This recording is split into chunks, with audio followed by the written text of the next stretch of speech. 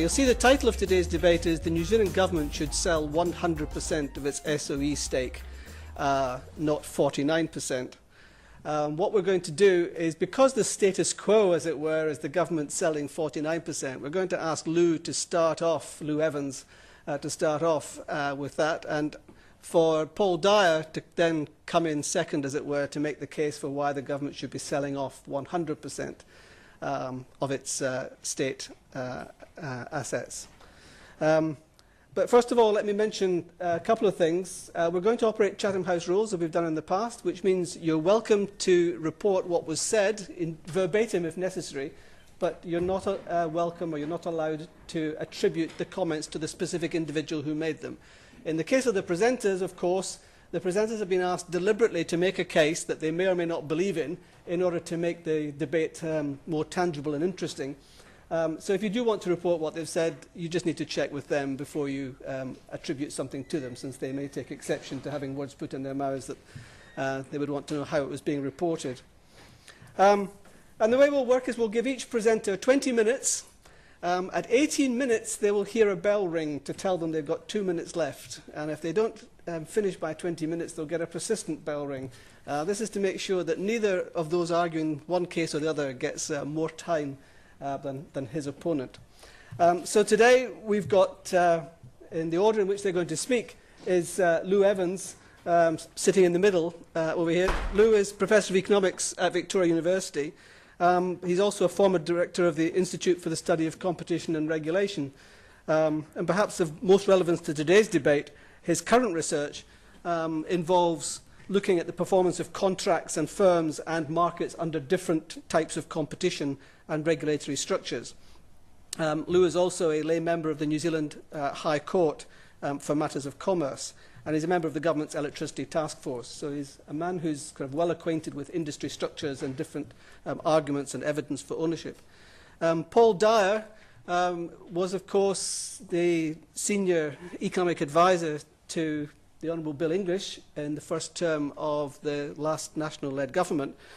So you can imagine, well, I can imagine at any rate, that Paul was pretty intimately involved in all discussions around the government's mixed ownership model. So it'd be interesting to hear him actually making the case for once not in support of the government's policy, but for selling 100% of government shares.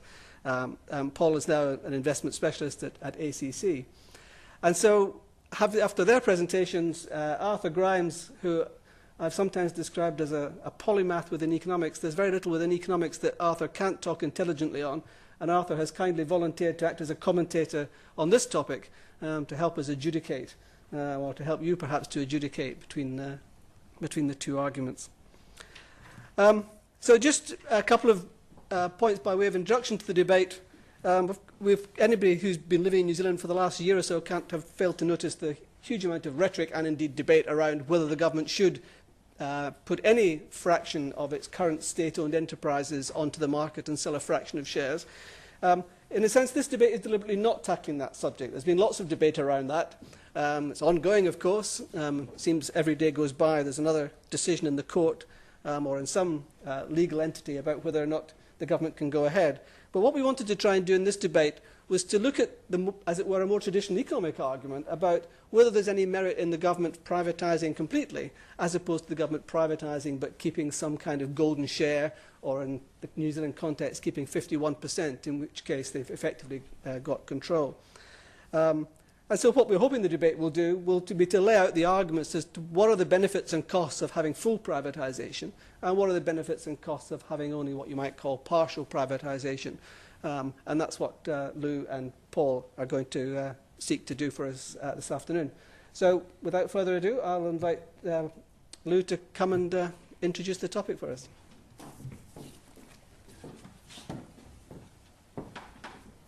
Thank you, Norman, for those introductory remarks. The debate today we could have had about selling none of the shares. We could have had it about selling 100% of the shares, or we could have had it some linear combination of the two. Actually, under finance, you could probably sell 120% of the shares. But we'll put that to one side. The framers of the debate got it right, though, because there would be no debate if we were talking about selling more than 0% of shares. And there's a whole list of reasons as to why that would be in the public interest. And I want to just mention some of those because they go to the question of what sort of shareholding the government might maintain in its own interests or in the economy's interests. So the framers of the debate correctly assumed there would be no debate were 100% were shares to be held by the government compared to any other share.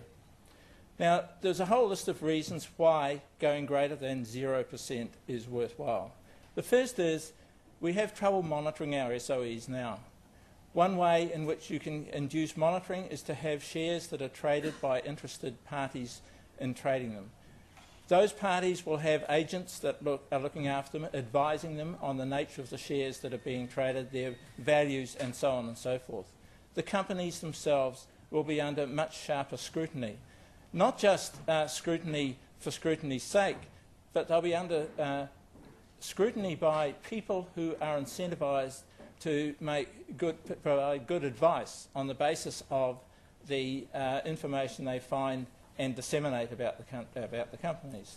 And so shareholders will want this advice, and so we will get a much better monitoring of the organisations and competitive pressure and explanations for what these organisations are doing. We're not saying that the argument is not one that says that SOEs are performing badly now as SOEs. I think that would not be the case, frankly. But that's not the comparison we're looking at. We're looking at a comparison where we have SOEs that are, or companies that have no real ownership interest in them, in the sense that you have no shareholder identified with them except the populace at large, and you look for ways to monitor them and you look for ways for governing them that reflect that. And so if we're to privatise some shares, the scrutiny itself will lead to an increase in performance of the organisations. At the moment, SOEs do have to disclose information. They have to disclose it particularly to the debt markets, and they are subject to rules about disclosing information in that setting. However, they're not exposed to explaining their actions to equity holders in a public forum. And so how many of you would know what of our SOEs are investing offshore? How many of you would know of those SOEs that did invest offshore, what they actually are investing in? Now, if we have public scrutiny and you have a wider public interest in what the SOEs are actually doing, these discussions of these issues will be more prevalent in the media. And so as part of this, the public will be more informed about the supply side of the activities of SOEs. At the moment, you can invest in electricity companies rather, in Contact and, for example, but the investment is really limited. And most people, when you think about SOEs, are really only concerned with the price of electricity. That's basically it, and the service that you're provided. Whereas what we really want is a debate about the alternatives and the way in which these things are being supplied and the problems of supply. And at the moment, we don't see that in the media in the way that we would if the SOEs had a fraction of their shares disseminated or held outside the government. So the greater media interest, I think, would change various things. It would change the way in which you can regulate SOEs, because the objective function would be somewhat clearer than it is now, given the ownership interest that they would be serving to the public. That would sharpen, in some sense, the ability to regulate these organisations, for it is a matter of history that that SOEs or government-held bodies may have different sorts of objective functions that are not necessarily channelled to what those that are really predictable. Now, so it's the performance of the SOEs is the reason that you want to issue shares in them, and if they become more efficient, then that will improve the government's budget deficit as well. There's a lot of papers written on that in the late 1980s when New Zealand embarked on privatisation, and that was one of the findings. The other element, going back to regulation for just a moment, is that if you have listed shares, then you have more information about what the SOE is doing. It's more transparent, and you see an indicator of whether the society approves of it. At the moment, you don't see that. Whereas share prices and commentary on share prices is tangible evidence about the strategies of these companies and how they fit or don't fit what investors might like as well, and investors of all sorts. And in the SOEs, it would be those of the government as well as those of private investors. One other thing I'd raise about SOEs is what's wrong with some public ownership in them. I mean, without that, they are sort of silos which we entrust to someone to run for someone's benefit. When we vote in a national election, very seldom do we care about the performance of SOEs. It's not as though the owners are accountable in that sense. And individuals don't have the right to, at the moment, as we all know, invest in these companies or receive dividends from these companies or attend board meetings of these companies, etc., etc. And so one element of all this is sort of the democracy of these organisations in the sense of allowing for communication with the public. Now, these are all arguments for improving the performance of the SOE, so they're all arguments for going above 0. But why should we stop at 49? Well, it's like wine. Those of you who enjoy 2 glasses of Syrah at night, well, for many of us, having another 2 glasses is fine. However, there are pros and cons attached to having the whole bottle. So I want to now sort of move on and talk about why we might stop at 49%. Before we do that, I'll just comment on the MOM model, which is the mixed ownership model. It has minority shareholdings built into it. So no shareholder can own more than 10% of the shares. And I'm going to interpret the debate in that context, because the 10% shareholding does shape what the company will do and what's feasible in shareholdings and therefore feasible in governance. And so now the pros associated with that, with having large shareholders, are that the large shareholders have large amounts of resources.